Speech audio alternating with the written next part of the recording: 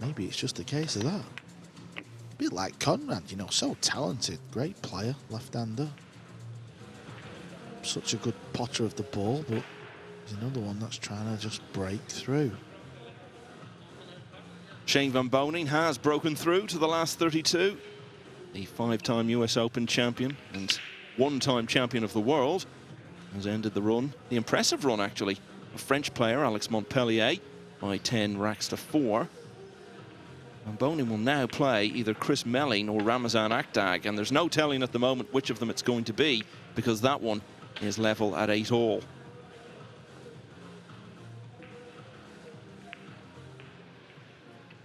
So 2 players came here representing Kosovo. They're both still in it. Bitam Haradinaj in action at the moment and leading 8-7 against last year's World Championship semi-finalist Woo Kun Lin.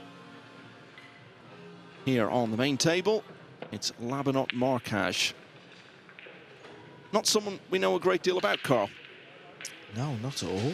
Absolutely not at all. And usually we might be saying this in the very first round, but this is the last 32.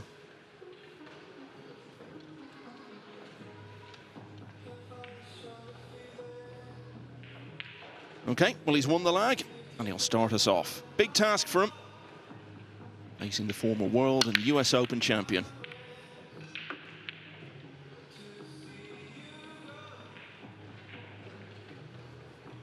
He's also a lefty. Left-handed players seem to be the better potters for some reason. We don't know why, it just always seems to be the case.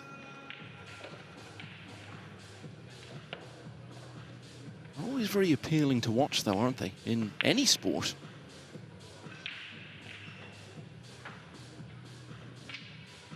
Yeah, not sure why that is either. Maybe just the fact that it looks so different to what we're used to.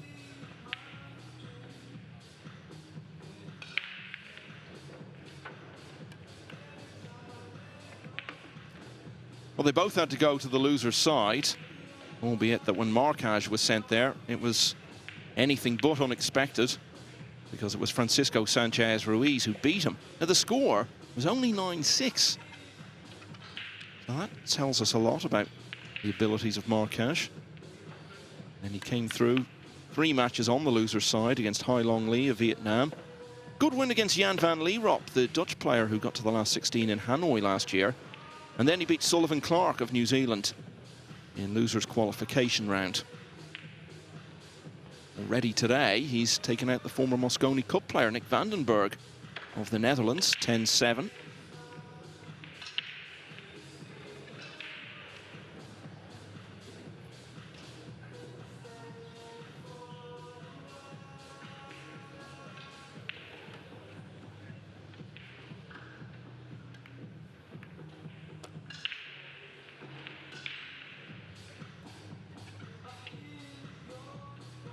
We always talk about the importance of these sort of players who are in this situation, playing on the main table, which they're not used to against a big name, and the value of settling in quickly in a match. Signs in that regard extremely positive for Markaj. Well, this will be a wonderful shot. It might be better just stopping your ball there. What's the chances of ripping this one in and get on the 6? It's very, very slim.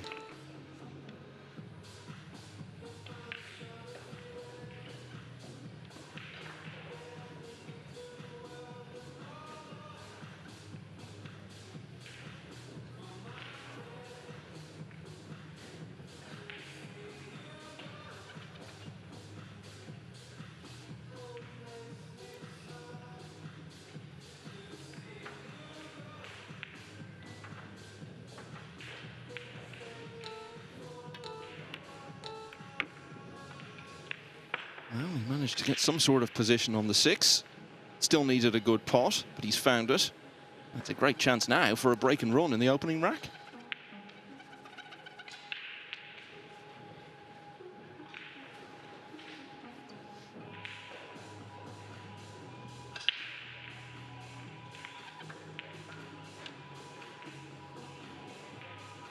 Relatively new country, Kosovo.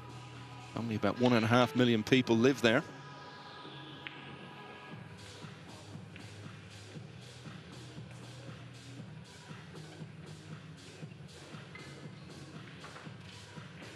southeastern Europe.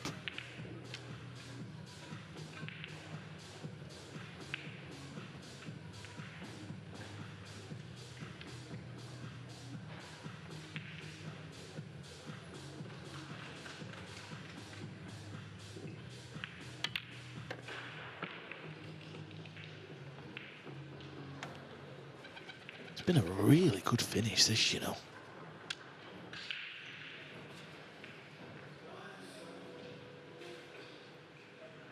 Sending a little message over to the man in his chair. Yeah, absolutely, and even more so for the fact that he had to come through one or two little challenges and hurdles along the way. Impressive start for the man from Kosovo. Labinot Markaj leads Joshua Filler 1-0. I think it's just showing his inexperience on the main table there. He saw Filler coming over to the table, and I think he was under the impression he was obliged to help get the balls out, but of course, that's not the case at all.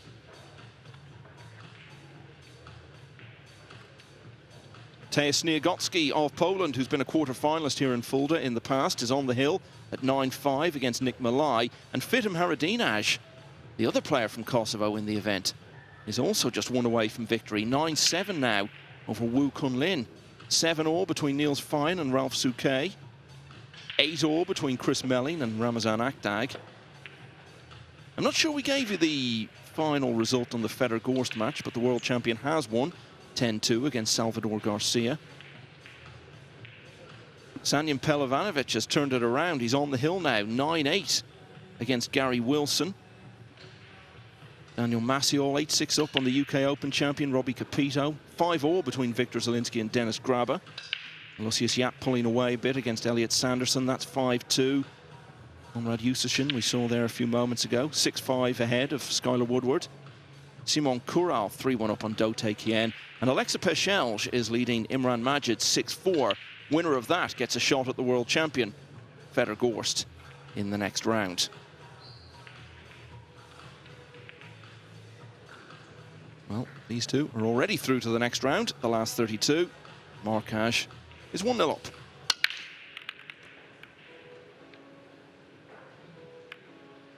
He's going to like this, Carl. Yeah, he's got to like it. Easy shot on the blue too.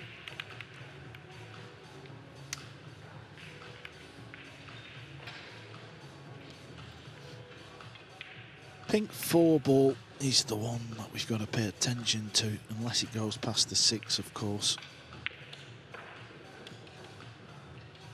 Might just sneak past that green 6. Difficult to see from here.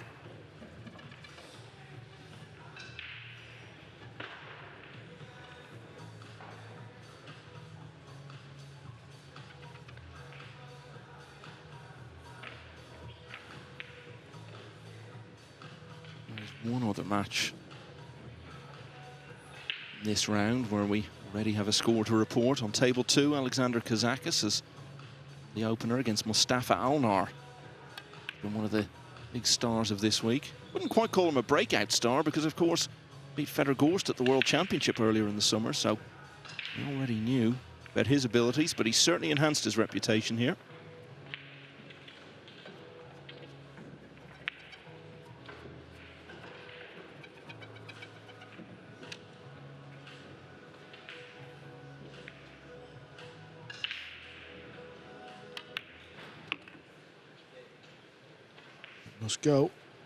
Must go past that green 6.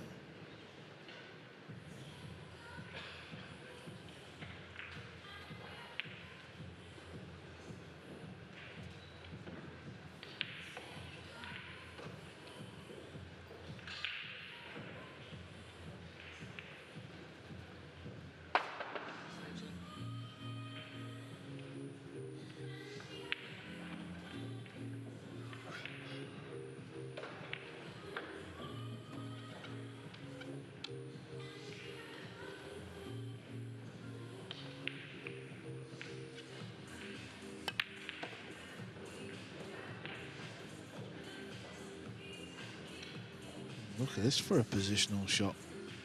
Showing us what he's got so far.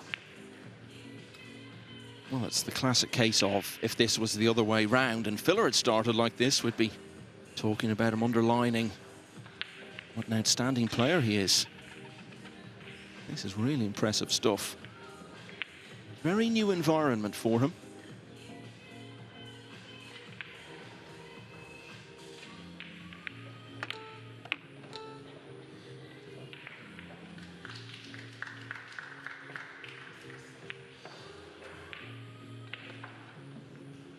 Distance between cue ball and object ball. Sometimes that means position might go wrong.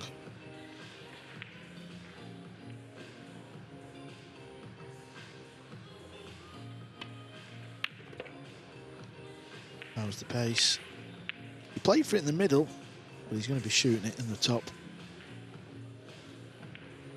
He did have a big area to land in, so.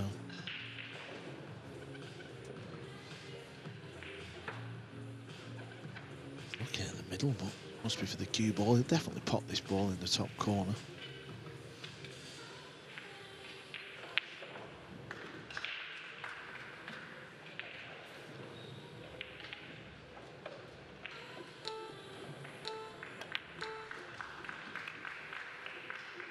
Likes to spin the cue, doesn't he, in his hand? If you watch him as he's queuing up, he spins the cue around.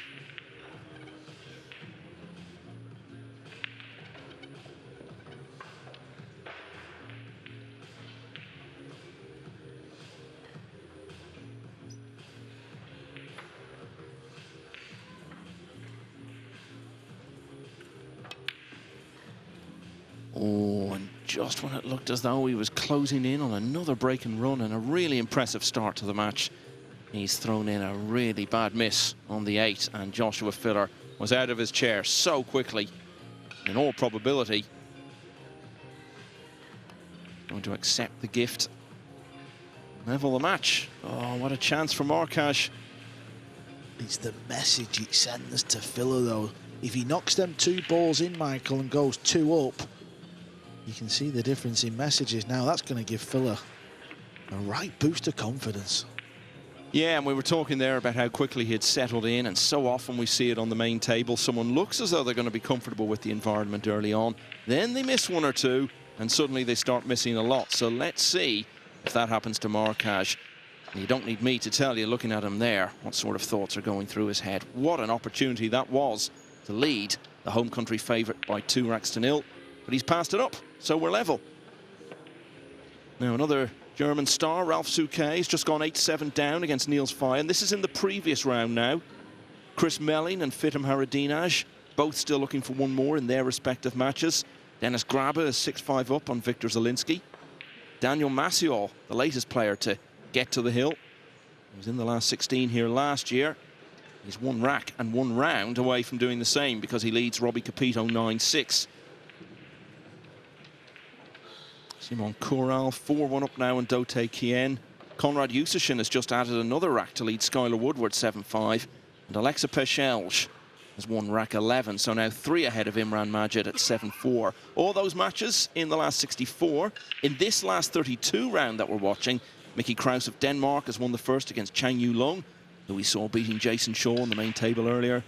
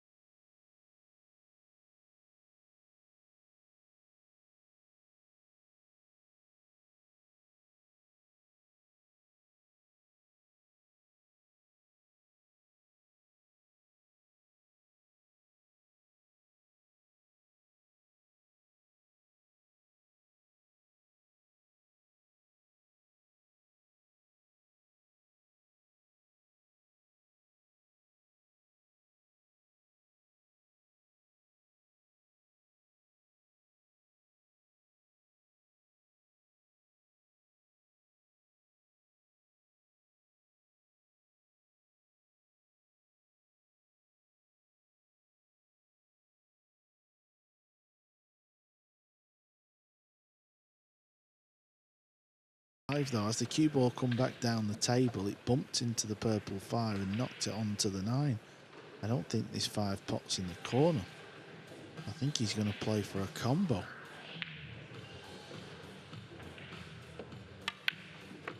Yeah, he's played for the combo. This is nice. How about that for cue ball control?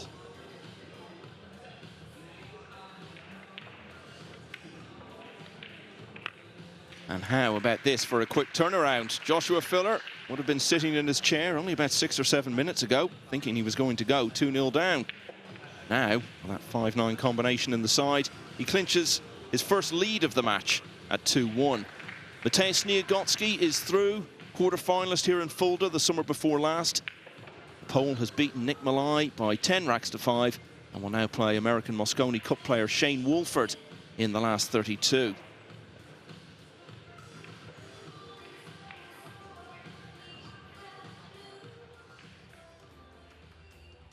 Imran Majid has pulled one back against Alexa Pescelj. So that's 8-5 now in favour of the Serbian. Simon Kural is 5-1 up on Dote Kien. Elliot Sanderson really needed to win the 8th rack, and he has. So he's now 5-3 behind against Aloysius Yap. And a couple more winners to tell you about. Robbie Capito will not be winning back-to-back Matchroom Open titles because he's been defeated 10-6 by Daniel Maciol, the man who ended Alvin Ocean's reign as European Open champion here last year. Gary Wilson's run is at an end also. Sanjan Pelovanovic finishing strongly there to win their match by 10 racks to 8. Maciol will play the winner of Yap and Sanderson. Pelovanovic will face either Victor Zielinski or Dennis Graba. It's 6-5 Graba at the moment. Back to this, didn't make the 1 on the side, but the 2 has flown in, and he's got a shot at the 1 now.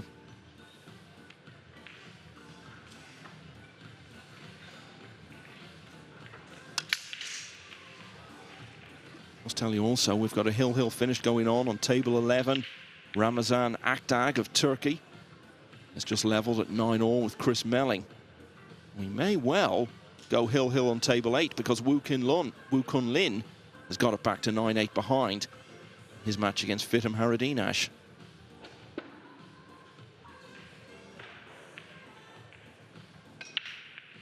I wonder if he'll try a cheeky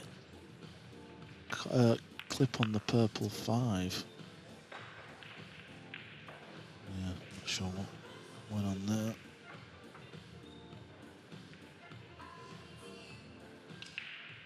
Not ideal, I know that much.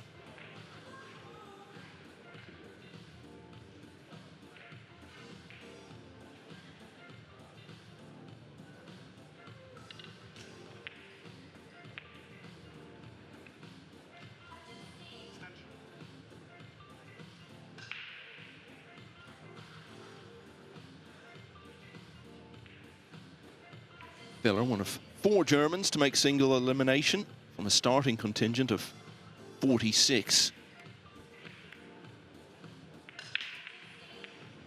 Be fair, very few of those players would have been among those who would have expected to make the final 64. One exception, of course, Moritz Neuhausen didn't get this far, i.e. a single elimination stage. This, a last 32 match. These 2 players both having already won once today.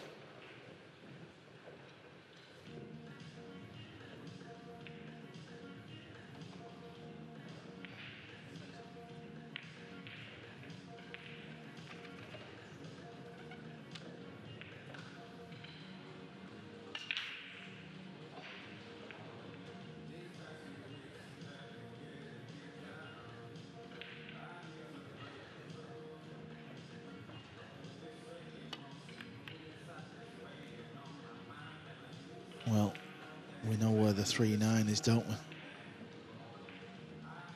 They don't know if it was a foul or not. Are we able to get a replay? I'm sure Julian's asking the very same thing. Yeah, I thought it was good.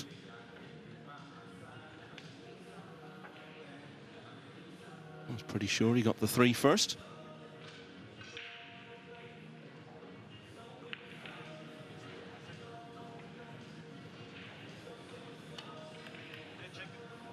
Yeah, it looked okay.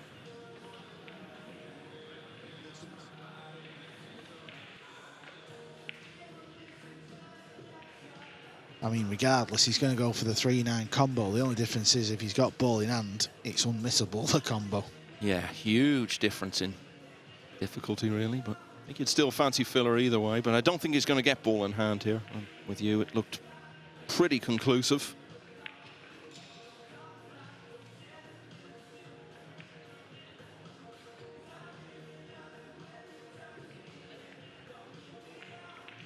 I think if we put another replay on the arena TVs and Josh was to look, he would know himself. He's just not seen the replay, has he?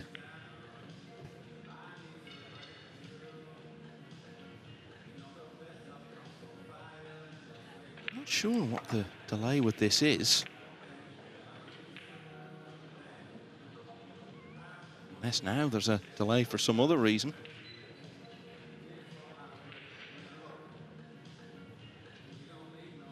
Well, that's Carlin's shot there.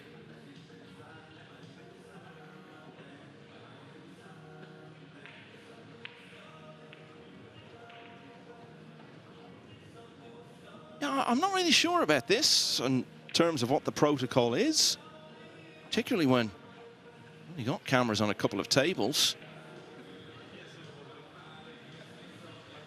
Well, we can certainly see this.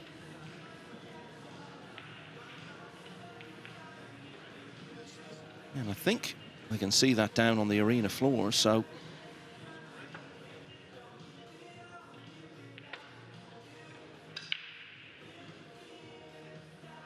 This is an unusual situation, really.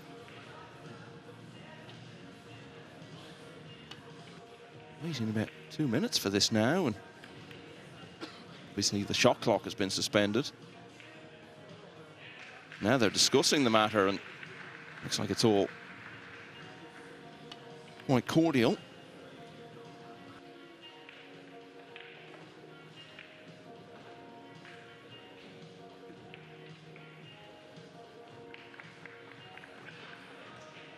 So, Julian Roper, the referee, has left the match arena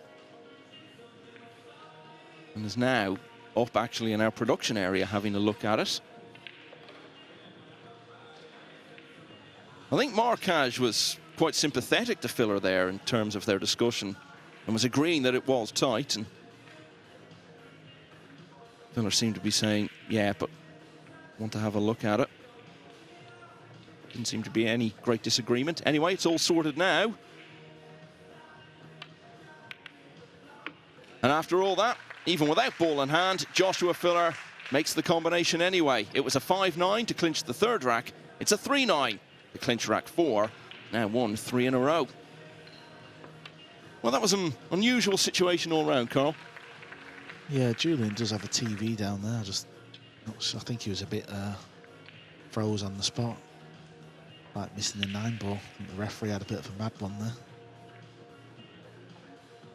Now Ramazan Akhdag is through, having survived that hill-hill finish against the very experienced British player Chris Melling. And just as that hill-hill finishes, another one is starting on table 8. Woo Kun Lin and Fitim Haradinaj are now level at 9-all. So Akhdag goes through to take on Shane Van Boning, no less, in the next round, and whoever wins the final rack between Wu and Haradinaj will face the defending champion David Al-Qaidi. Just looking at Markaj and his body language, you have to feel it's important he wins another rack very soon, because you have to think he's still reflecting on what happened in the second rack, which he's got to try to put out of his mind. But having had such a golden chance to lead 2-0, the further behind he falls, the greater the internal mental battles he's going to be fighting. 3-1 now to Filler.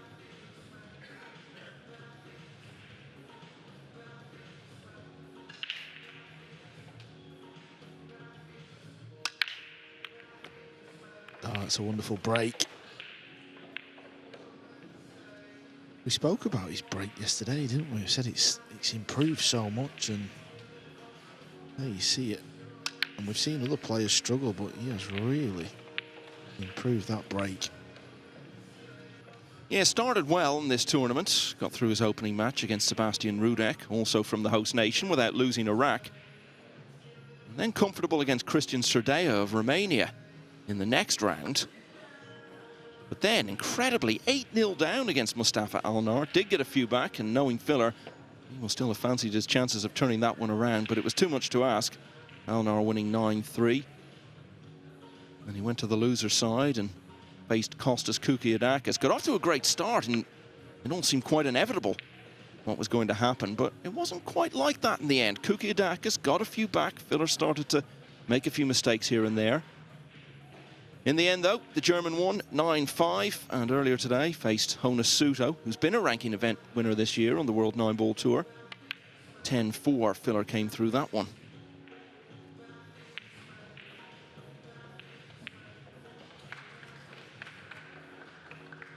Michael, did Chris Melling win that Hill rack?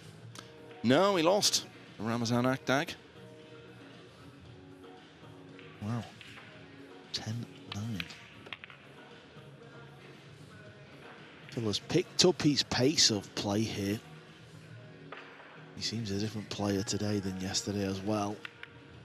A lot of errors yesterday, wasn't there? Yeah, it wasn't a good day for him all-round performance-wise, albeit that he did end up in the final 64. Some other big names didn't survive yesterday's play. Last year's runner-up, Anton Raga, among them. Also, the recent World Championship runner-up, Eklund Kachi. Two players who could have won this title without anyone being the least bit surprised.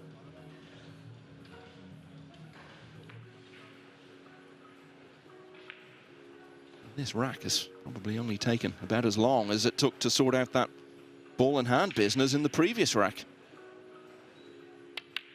Swift one from Filler, break and run. He's now won 4 in a row, and he leads 4-1. Niels Fyen is on the hill in the previous round. Looks like he's finishing strongly against Ralph Souquet. Dutchman now leading 9-7. Still plenty of other matches going on in the last 64 as well. Alexa Pechelge has now made it to the hill. 9-5 against Imran Majid. Simon Coural 5-2 up on Dote Kien, so still a long way to go in that one. And Skylar Woodward closing in against Konrad Yusichin. He's now pulled level at 7-all. Lucius Yap pulling away in his clash with Elliot Sanderson. That one is now 7-3 for the former US Open finalist.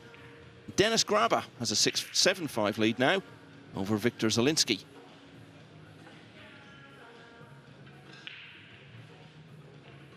So they're all in the last 64. Elsewhere in the last 32, Mickey Kraus off to a flyer against Chang Yu Lung.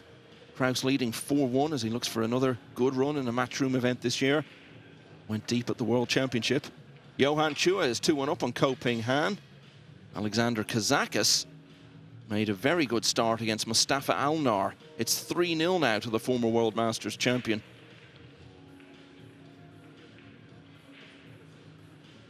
Just looking at some of the other matches in the last 32 as the draw really takes shape. Mohamed Soufi against Alban Ocean.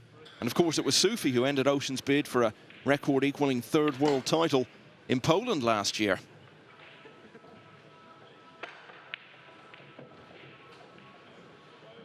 Wu Kun Lin and Fitim Haradinaj.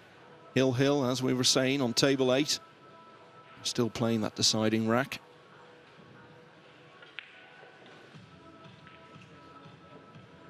And the other scores you see there in the other half of the screen, they're from the Fillers Junior Open. Joshua Filler and his wife Pia hosting that event.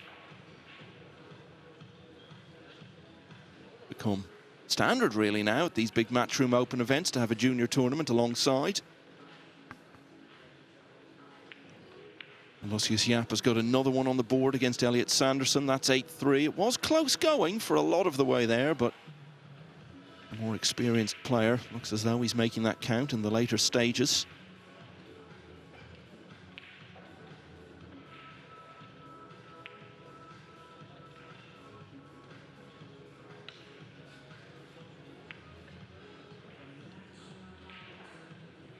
So 2 rounds being completed today. Last 64, last 32.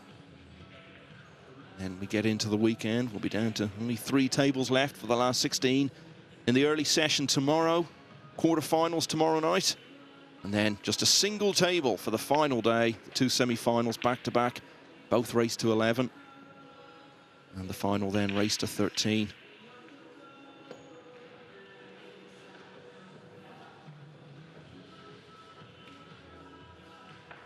Well, just waiting for play to resume on the main table. Not quite sure what the delay is.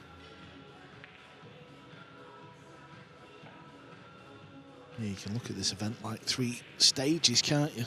256, all about trying to qualify through to the final 64. Look at it like making the cut. And then today, you play 2 rounds. Tomorrow, if you make it through to that final 16, it will have a completely different feel about it, won't it, Michael? Yeah, well, you can start to see the finish coming into view then. You wake up on Saturday morning, you're still in the tournament. You know somebody's going to be getting the trophy tomorrow. That stage may well be this man. Again, Michael, look at the break off the edge of the one, stunning the one into the side time and time again.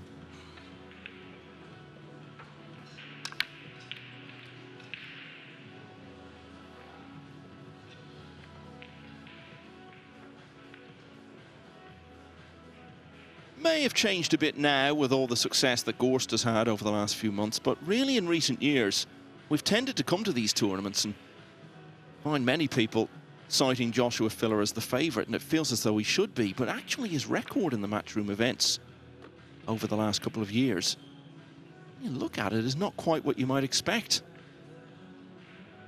Ready this year, he went down to a disappointing quarter-final defeat in the UK Open to Robbie Capito, went on to win the title.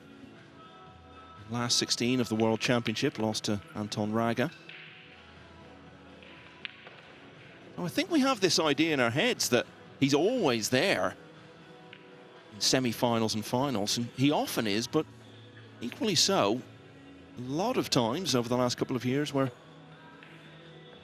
he's gone home a lot earlier than anyone would have been expecting in these tournaments.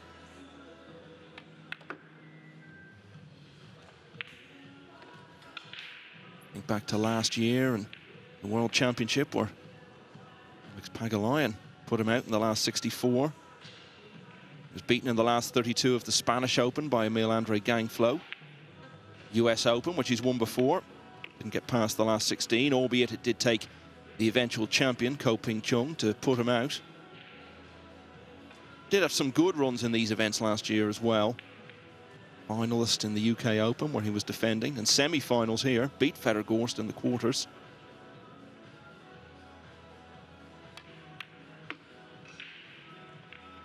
You could see the disgust straight away. He potted the ball a little bit too thin.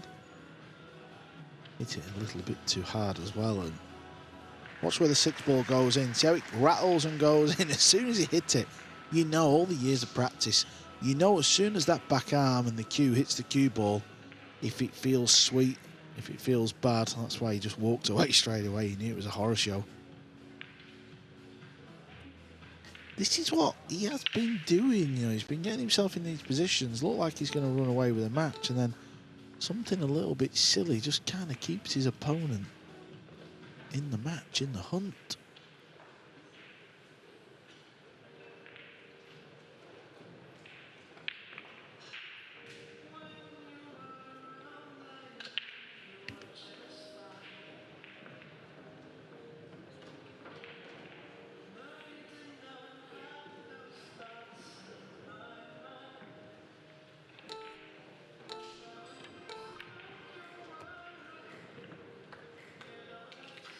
That's a fine shot. But he run into that little bit of difficulty. I wonder though, Carl, how much harder would a shot like that be if his opponent was putting him under a bit more pressure? Yeah, this is a testing long pot here. 5-1, he'll have that spring in his step. Breaking in the next. Yeah, good shot.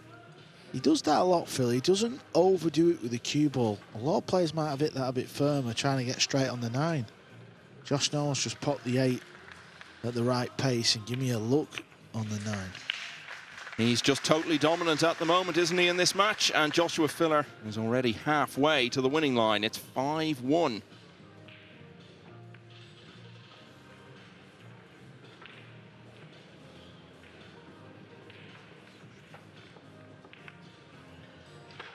And not long after this event finishes, an even bigger one will be starting. The US Open at Harrah's Resort in Atlantic City, staging the championship for the 4th year in a row. US Open itself has been around since 1976. So much history. And that man with the big smile in the middle there, Ko Ping Chung, he was behind early on in the final against Fedor Gorst, then won 10 racks in a row, just played so well across those last few matches, and he will be at Harrah's to defend his title just 10 days from now. An event you very nearly won back in the day, Carl. Yeah, nearly got a green jacket, nearly got a trophy like that. Well, I did actually get a trophy like that. It's still at home. It's just a tiny bit smaller, and it says runner-up on it, unfortunately. Imran Majid is still punching on table 13.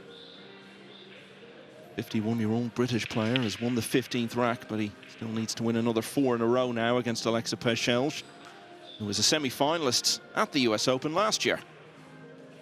Yeah, Peschelj is definitely in that bracket of a player who we're tipping to win events, aren't we?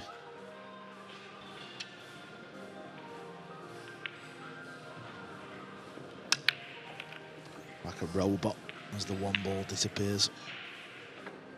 Has he made the one every break, Michael?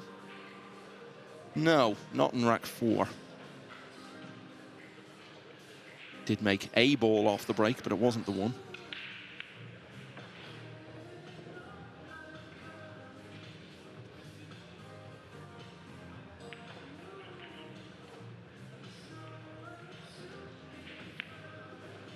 Seems that he can get through to the potting angle. Got to avoid cannoning balls though. The pink, the 8, even the brown 7 as it comes back through a gap maybe. Yeah, he's hit the pink 4. That was always going to be the danger. Can he see a piece of this ball? You just see it just clips the ball. Yeah, and that sends it down bottom of the table. It keeps it here.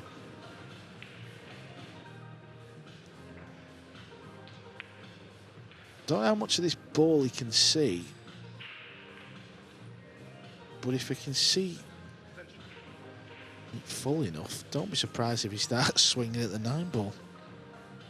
He'll try and play something with the cue ball.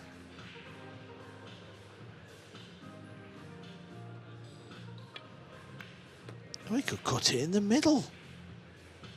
What a bonus that was.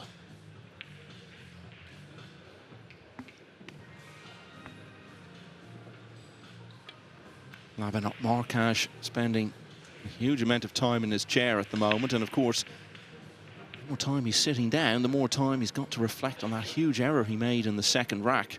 Of course, ideally, you want to put it out of your head, and that's what top players do, but this is all new to you, and you've had that big opportunity, playing well at the start of a match. You've settled in totally, it seems, and you're on the brink of leading Joshua Filler 2-0, and then you go and miss that 8. And really, you look at what's happened since then. He's been reduced to a bit part role. Filler really freewheeling now.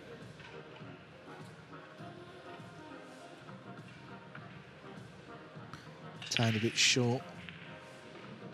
All it means is he's not going to stun the ball in and play the 8 in the other corner. It means he'll probably come back across table for the 8 in the corner that he's potting the 7. He could still roll it in actually, but he's playing for the 8 in the same pocket as the 7.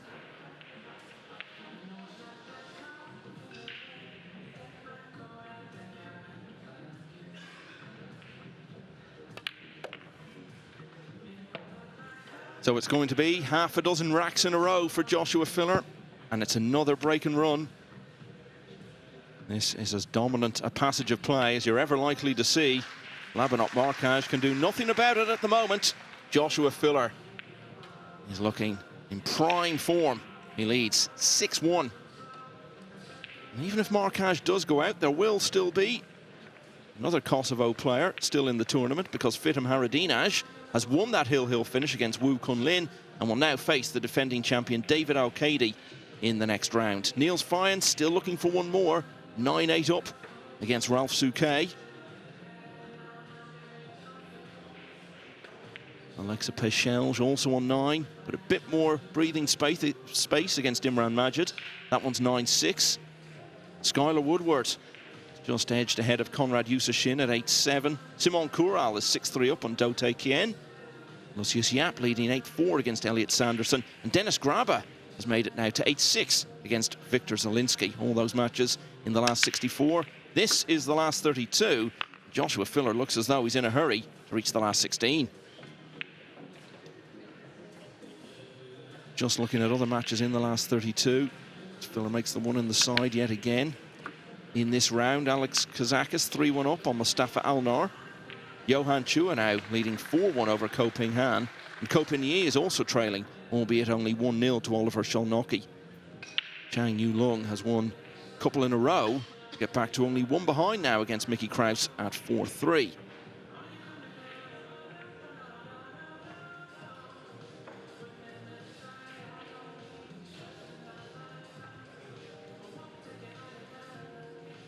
Playing the push. Yeah, he's rolling it up top end, isn't he, here? Leaving distance. It's like he's doing something with the 7 ball as well. Well, the last time Markaj was at the table, the score was only 2-1.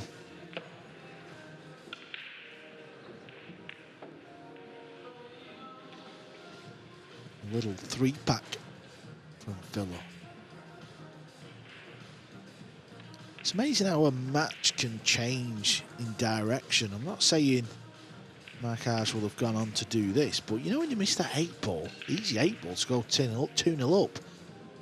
And, you know, and Josh was sat in the chair. I'm not saying he looked worried, but we've not seen much of him at the table, and Markaj was looking like he was handling the surroundings okay, but it's amazing how it just changes.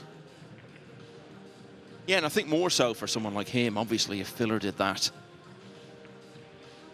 course, he'd be disgusted with himself. We've seen often in this match from his body language what a perfectionist he is, but it's not like he'd feel it was because he wasn't comfortable or belonged in the surroundings, because he knows he does. For someone like Markaj, who's not used to this at all,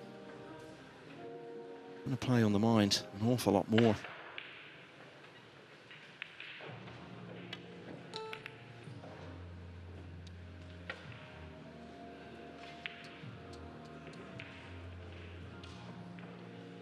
Just in the distance, I can see Ralph Souquet is at the table. Big crowd around that table. 2 of the older Hall of Famers, if you like, battling it out. And I know that match is close, Michael. What is it? Yeah, it couldn't be closer. It's hill between the 2 former world champions, Niels Feijen and Ralph Souquet. Winner of that will play last year's world champion, Francisco Sanchez Ruiz, in the last 32. What a match they have put out there for the world to see, or the fans anyway here. Some of the older European legends lock horns. One rack to see which one advances.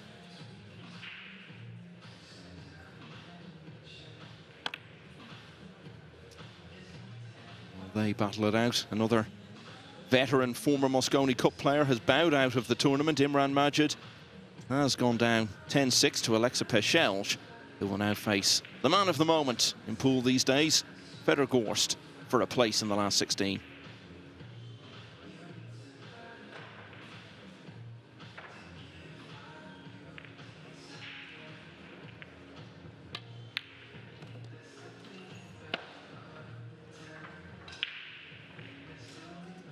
There's a real air of inevitability about this match now, isn't there? Markaj can hardly get involved, and even when he does, he's just not able to establish a foothold.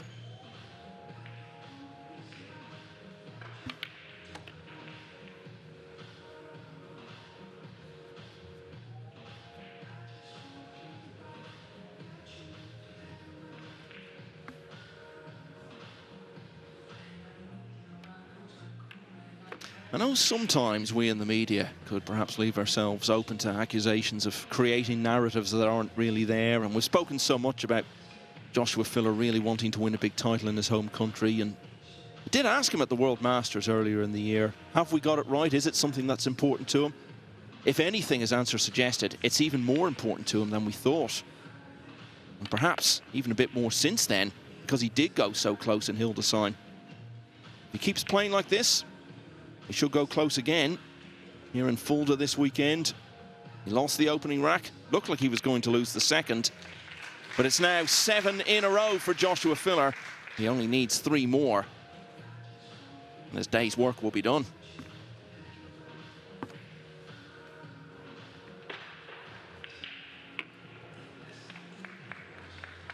Stafa Alnar, who beat Joshua Filler yesterday, send him to the one-loss side. Coming back after a poor start against Alexander Kazakis, the Greeks' lead is now reduced to 3-2. Johan Chua is flying against Ko Ping Han, the World Cup winner and recent World Championship semi-finalist, is leading 5-1 there. No change in any of the other last 32 matches since last I updated you. Still no white smoke from table 15 between Fine and Suke in their deciding rack.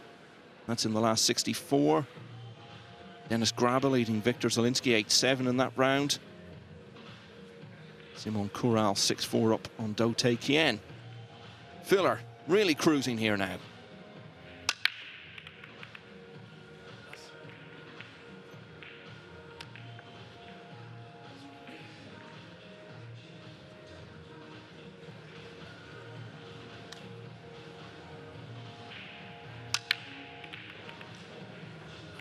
Just a little high. When did Ben Taylor Fuente come into the refereeing equation? It was Julian Roper, weren't it? Just wondering if that's why we've had a dry break. The refs rarely get any sort of break. Maybe Julian's gone off for one.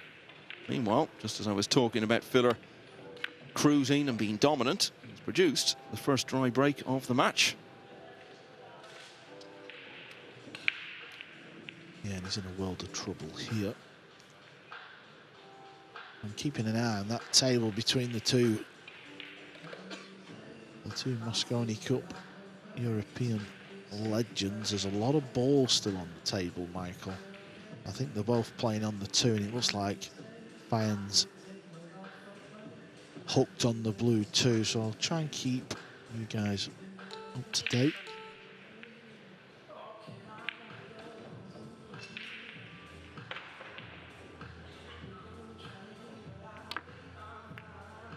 Good hit, and he's caught a rail. He'll be happy with the outcome. Neil's got out of the hook with the short cue. He played a jump shot, full table, made a good hit. Balls flew around the table. Everything come to a standstill. And it looks like Suke does have a little opportunity here on this blue 2. Meanwhile, Markaj has made a mess of that one.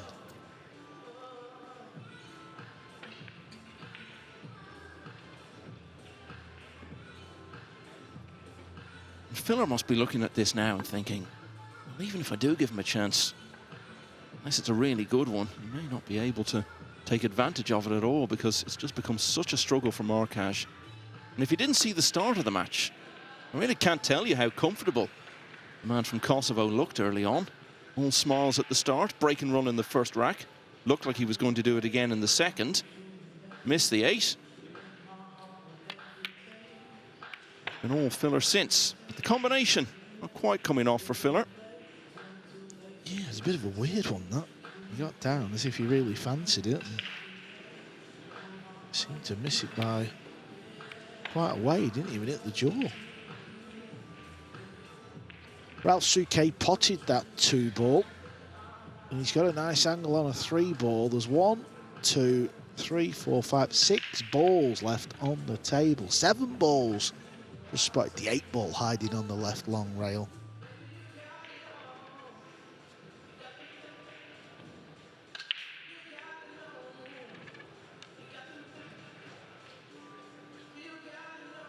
It's now or never for the man at the table here, Markaj. He's got to make this count. Okay. Didn't see that safety shot. Very clever. He was trying to get the cue ball behind the 8, wasn't it? And just fling the 2 ball around.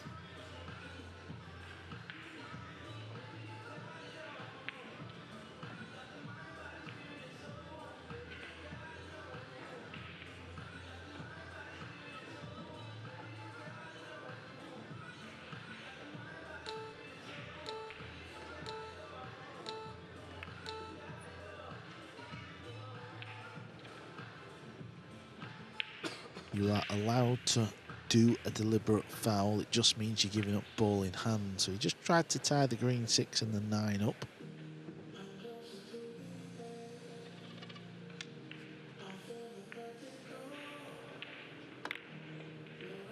Yeah, that's one of the differences, of course, between pool and snooker, because if you play a deliberate foul in snooker,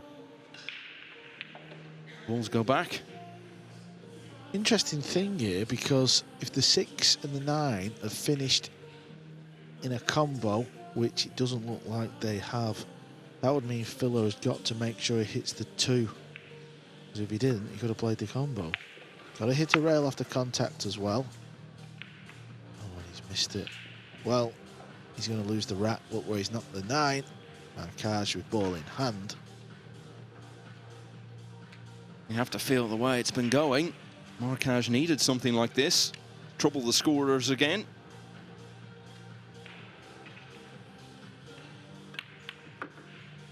And although it was a routine 2-9 combination, no doubt it's going to make him feel a bit better. So it looked as though he was going to get his second rack on the board probably about 40 minutes ago, until he missed that 8 ball.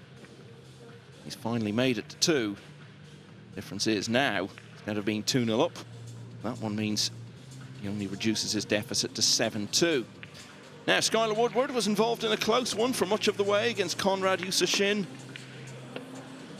And he's going to get the job done. He's finished strongly, pulling away towards the finish. The American Mosconi Cup captain battles on into the last 32. He's beaten Conrad Yusashin by 10 racks to 7. Winner of that match between Do Tae Kien and Simon Coural will face Woodward in the last 32. 6-5 Coural at the moment. Possibility, of course, if Woodward overcomes whoever his opponent is there, and Fedor Gorst beats Alexa Pechelge, would have Gorst against his Mosconi Cup captain, Skylar Woodward, in the last 16. Let me just give you a quick update. Suke has potted the 3s, hooked himself on the 4, and he's been looking at this shot for a good 2.5 minutes. He's playing a 1-rail kick, and he's missed it. So Fayed will come to the table with ball in hand. This looks a good break from Markaj. What's he got on a 2 ball?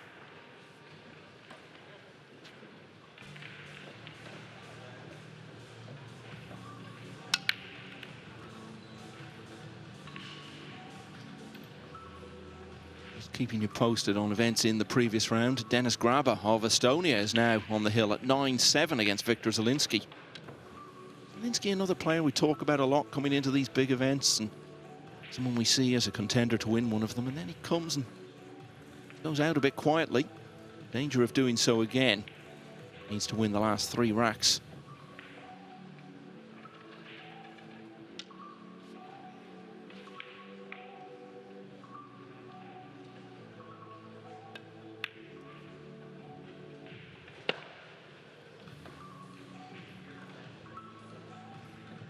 Good safety. And just so much to stay across here, so I'll tell you what's going on elsewhere in this round. The last 32, Johan Chua, great run at the World Championship. Could be heading for another one here because he's 7-1 up now against Ko Ping Han.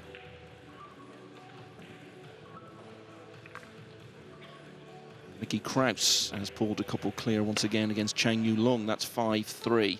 Also in this round, Ko Pin Yi and Oliver Sholnocki level at 1-1.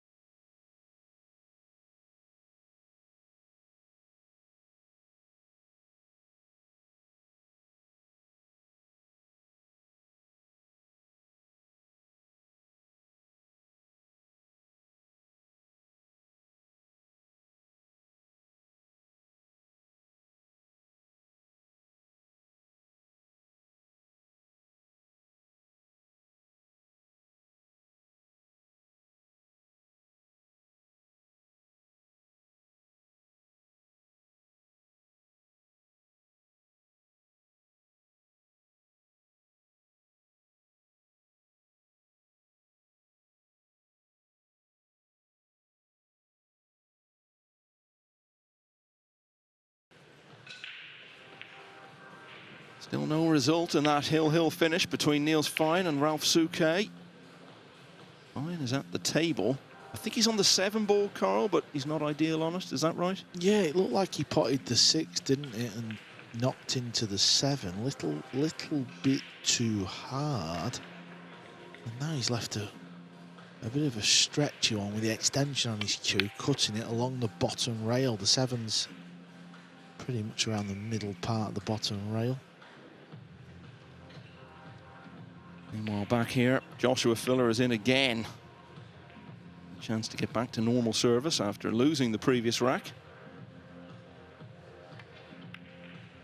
Yeah, good match about to start on our other feature table that's available on Matchroom Multisport YouTube. Hamid Soufit against Albin Ocean. Bit of a clash of styles, that one. You consider the way Soufi plays, so fast and instinctive, whereas Ocean gives every last drop of blood and can be very intense, and particularly without the shot clock, as is the case on the outside tables, it can be quite slow going. Now, you have a better view of that match than I do, Carl. It looks as though Fine has made the 7 and landed nice on the 8, so really should get it done from there. Yeah, he played a good pot there. Bit scary on these pockets, on these diamond tables. You can't see the cue ball, but it's pretty much where that guy's head is with the purple shirt on. So he's actually not in a bad little position, even though you can't see the cue ball. He'll probably play for the 9 in the right centre pocket. So you might see the cue ball coming off one rail over towards where his elbow is on the table. Yeah, here we go, sliding past, and what a match that has been. Filler, just 2 away, 8-2. He's absolutely flying from one of the young guns from Europe to one of the Hall of Famers. Yeah, Niels Fine, former champion of the world. So much respect, as you can see there, between him and Ralph Souquet. What a battle they've served up. And I can tell you, those pictures do not illustrate at all just how big the crowd was. It was heaving round that table. Watch the German legend. We saw him in the last 32 of the World Championship. He was so close to getting there again in his homeland at this European Open, but he's been denied by the evergreen Dutchman. And Fine will now take on last year's world champion, Francisco Sanchez Ruiz, in the last 32, a little later today. Joshua Filler is already involved in the last 32, but it looks as though probably not for much longer, because he only needs a couple more. Here's what's going on elsewhere. Ko Pin-Yi 2-1 up on Oliver Szolnocki. 6-all now between Do Tae Kien and Simon Corral. Lucius Yap has taken a while to get to the hill. He's looking pretty comfortable, but Elliot Sanderson has made him battle for it. Yap, though, on the brink now at 9-5. Johan Chua, as I was saying, with that 7-1 lead over Ko Ping Han. All 3 of the Ko brothers made it through in the last 32 stage, but Ko Ping Han looks like he's going to be the first to go. No change in the Mickey Kraus Chang Yu Lung match, still 5-3 there. Well, just as I say that, it's gone 6-3 to the Dane, and it's 3-all between Alexander Kazakis and Mustafa Alnar. Now, Dennis Graber has won against Viktor Zielinski 10-7. That's in the last 64, so he'll now play Sanyan Pelovanovic, who came through that dramatic tussle with Gary Wilson earlier. Just 2 matches still to be completed in the last 64, and the focus steadily moving towards this last 32 round, all of which will be played today.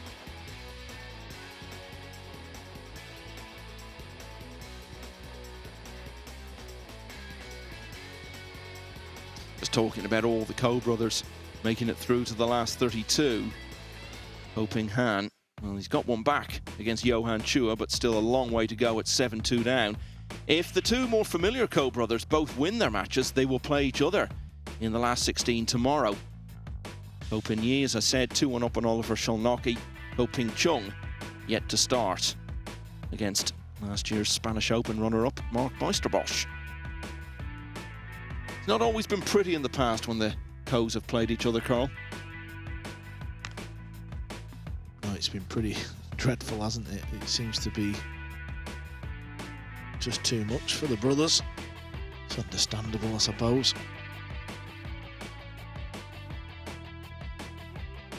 Chua's going along nicely. Semi-finalist at the World Pool Championships in Saudi Arabia. The form continues. Another good showing here. He's desperate to be named after this event here as the second player to qualify for the Rays Cup team.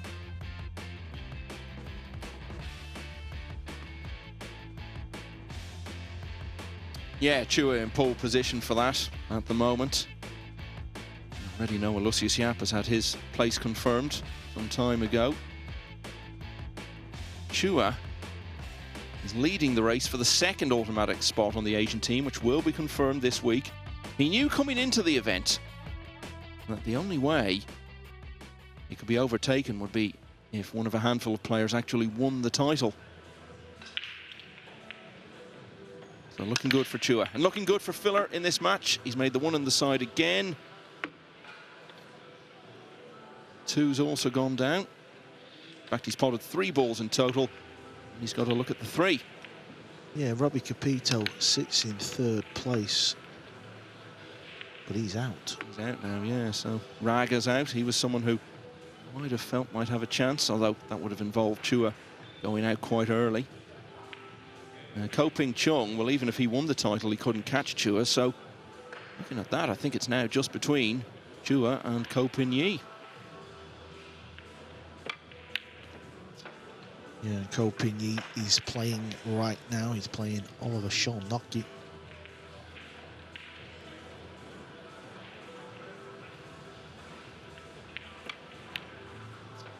It was a tough pot. He had to draw the cue ball back for the purple 5.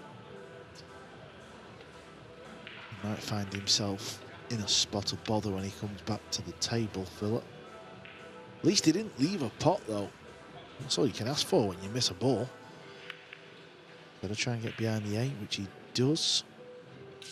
You know, just talking about the different dynamic with the Asian team as we have so often this year, with someone like Filler or maybe Jason Shaw, of course they want to make their Mosconi Cup team on points if they can and not leave it up to a decision. Obviously Shaw's going to be in this year because he's a captain, but with the Asian team, I'm not sure there's any player who could miss out on one of the 3 automatic places but feel pretty safe they were going to get a captain's pick. Has he fluked it? Wow. He has fluked it. He's going to have to go rail first here.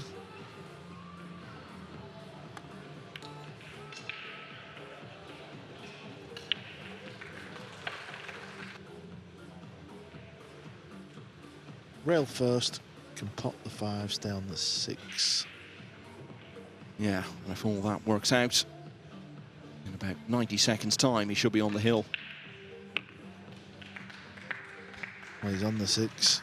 He's on the 6 in the corner. Look at this. It's absolutely plumb.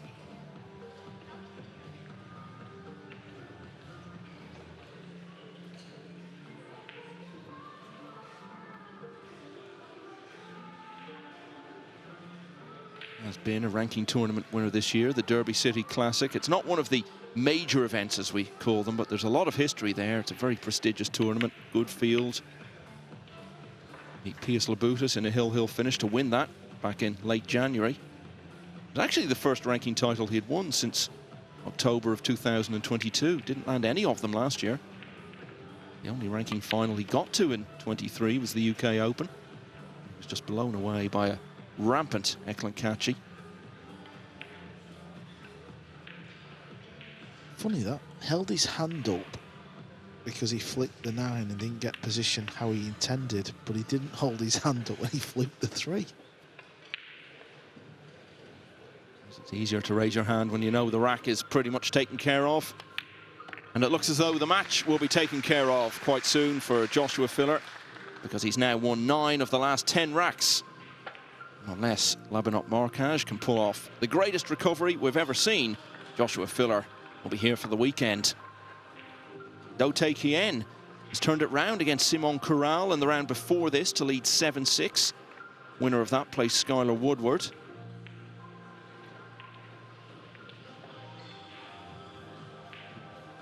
That is now the only remaining last 64 match. All the focus turning to this round, the last 32. Mickey Crouch 6-3 up on Chang Yulong. Ho Pin Yi, no change there, leading Oliver Sholnocki 2-1. Ho Ping Han is trailing 7-2. Actually, just as I was talking, that's gone 8-2 in favour of Johan Tua.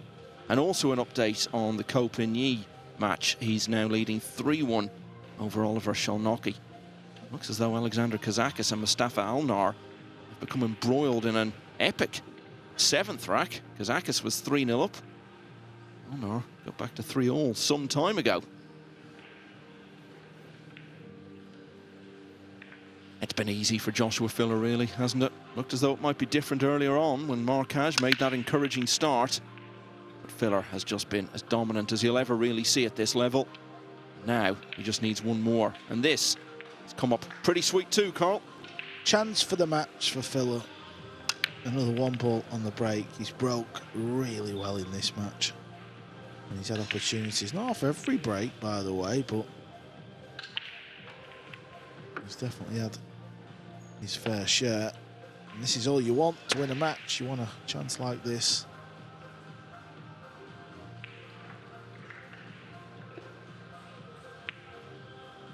That long rack is finally over. It's gone the way of Alexander Kazakis, so he now leads Mustafa Alnar 4-3.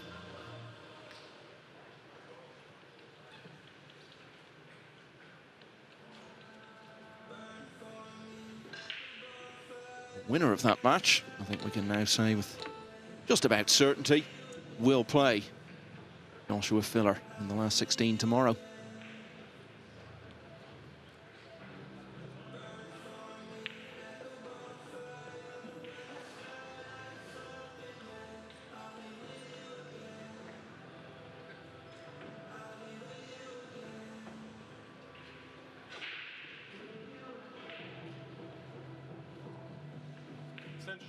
Well, it's been a very different challenge for him today to the 2 matches he had yesterday, Joshua Filler. But the fact was he wasn't at his best in either of them. Did play a good deal better against Kostas Koukiadakis than he had earlier in the day in the defeat to Alnar.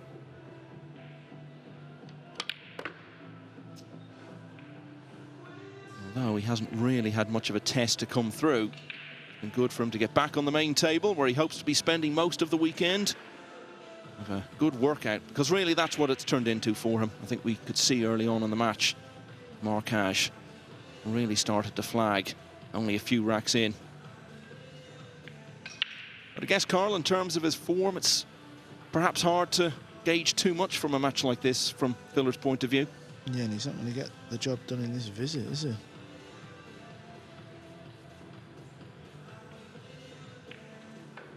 He's played pretty good, hasn't he, really, I suppose. He seems to be getting better, and that's what they always say. It's all right starting out the tournaments, not quite on your A game, but it's about building up, isn't it? And we know he's a big-time player, so if he gets through to that final 16, he knows what it's about. Yeah, and I always feel in a tournament like this, you've got to win 9 matches. If you're playing your best at the start, then you've got to sustain that for a really long time, because generally to win a tournament, you've got to be playing your best towards the end. I always feel the danger players in a long tournament like this, in terms of the number of matches you have to play, are the ones who you know can play really well, but perhaps don't show it early on in an event.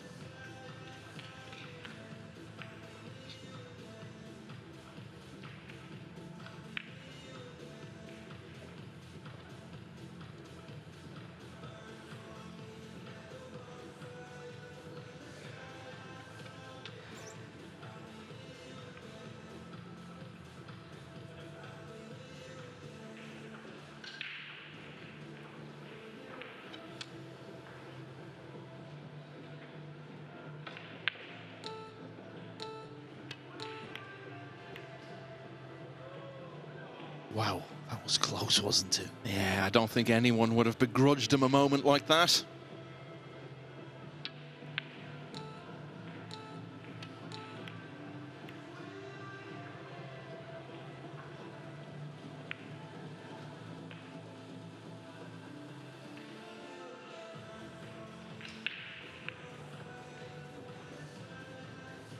If you told Markaj before the start he was going to lose, he would have thought, okay, disappointing, but to be expected, really. Even if you told him it was going to be 10-2, he'd have been a bit more disappointed, but still would have felt, look, it's Joshua Filler, that can happen. But the way it's happened, I think that's what he's going to perhaps take away from his big day. The fact that he started off looking like he could really compete in this match. He settled in literally no time at all. But so often, we say it, players who aren't used to playing on the main table, they go out there, some of them never look comfortable, but even those who do, the big test comes when they miss an easy one. Because then so many of them crumble very quickly. Might be a bit harsh to use that description of Markaj. It's not like he's had a load of chances. Filler froze him out for a big chunk in the middle of the match. But really, it just hasn't happened for Markaj at all. That said, he may yet have one more visit to the table at least.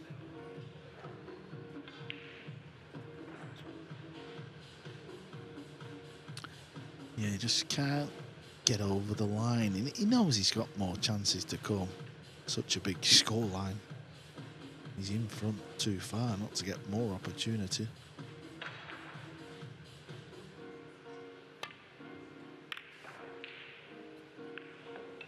But he's not going to do it in this visit. Or indeed in this rack, because this looks a fairly routine 8-9 to finish.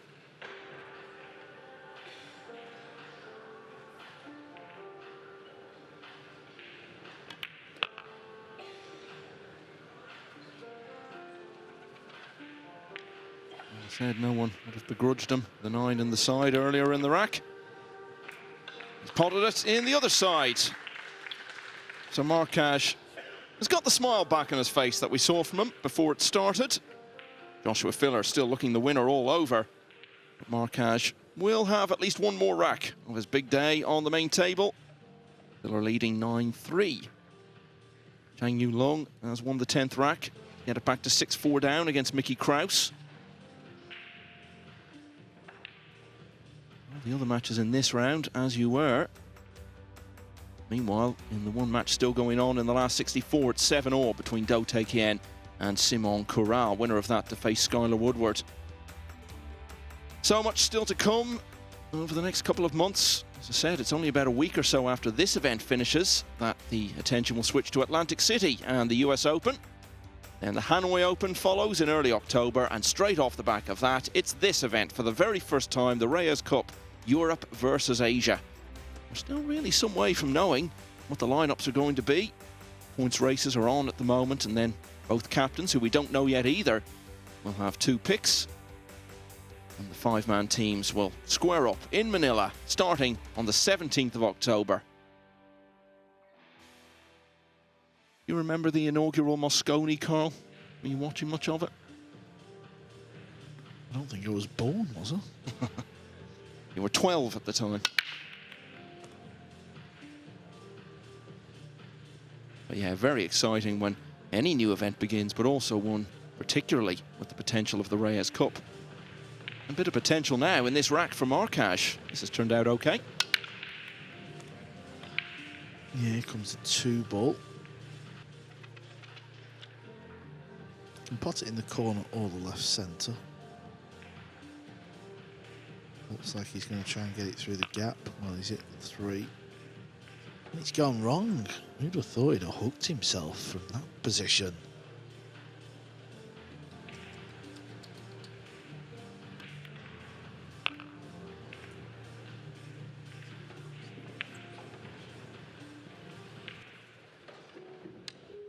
Yeah, apart from the break and run he had at the start, he's only won 2 racks, as we can see. But in those racks, from the chances he got, he only had to pot a total of 3 balls. He was left the easy combination, and then the routine 8 and 9 in the previous rack. I'm sure he'd love to sign off at some point.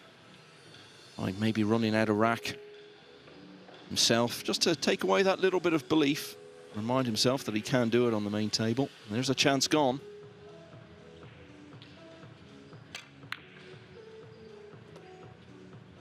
Now, the match could be gone. Yeah, second opportunity, real opportunity. All the balls are in the open. Pot the balls, connect the dots.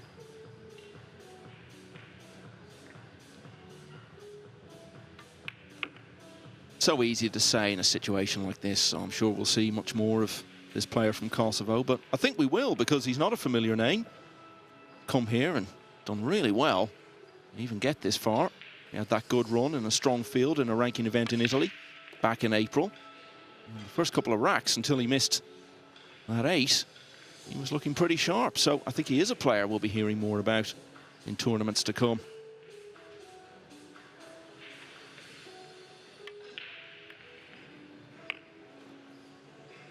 Surely now we won't be seeing any more of him in this match.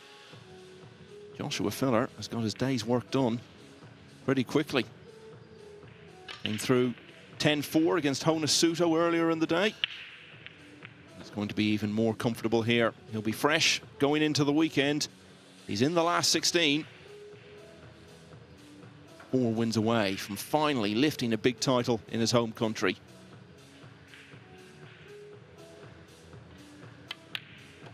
So for the 3rd year out of 3, Joshua Filler has made the weekend at the European Open here in his homeland.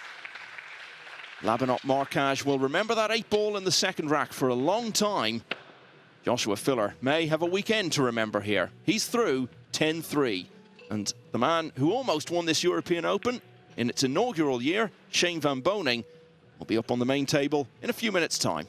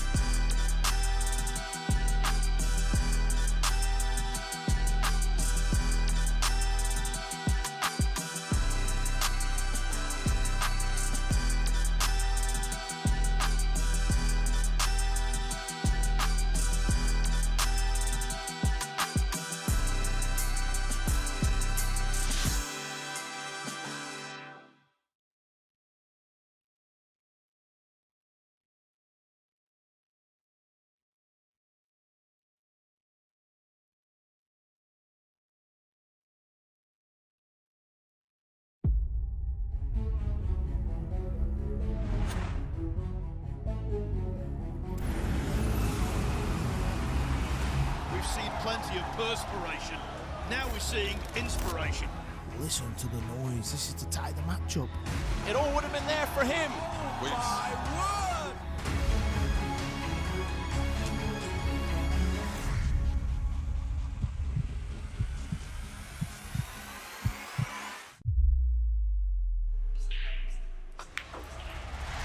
He's got it!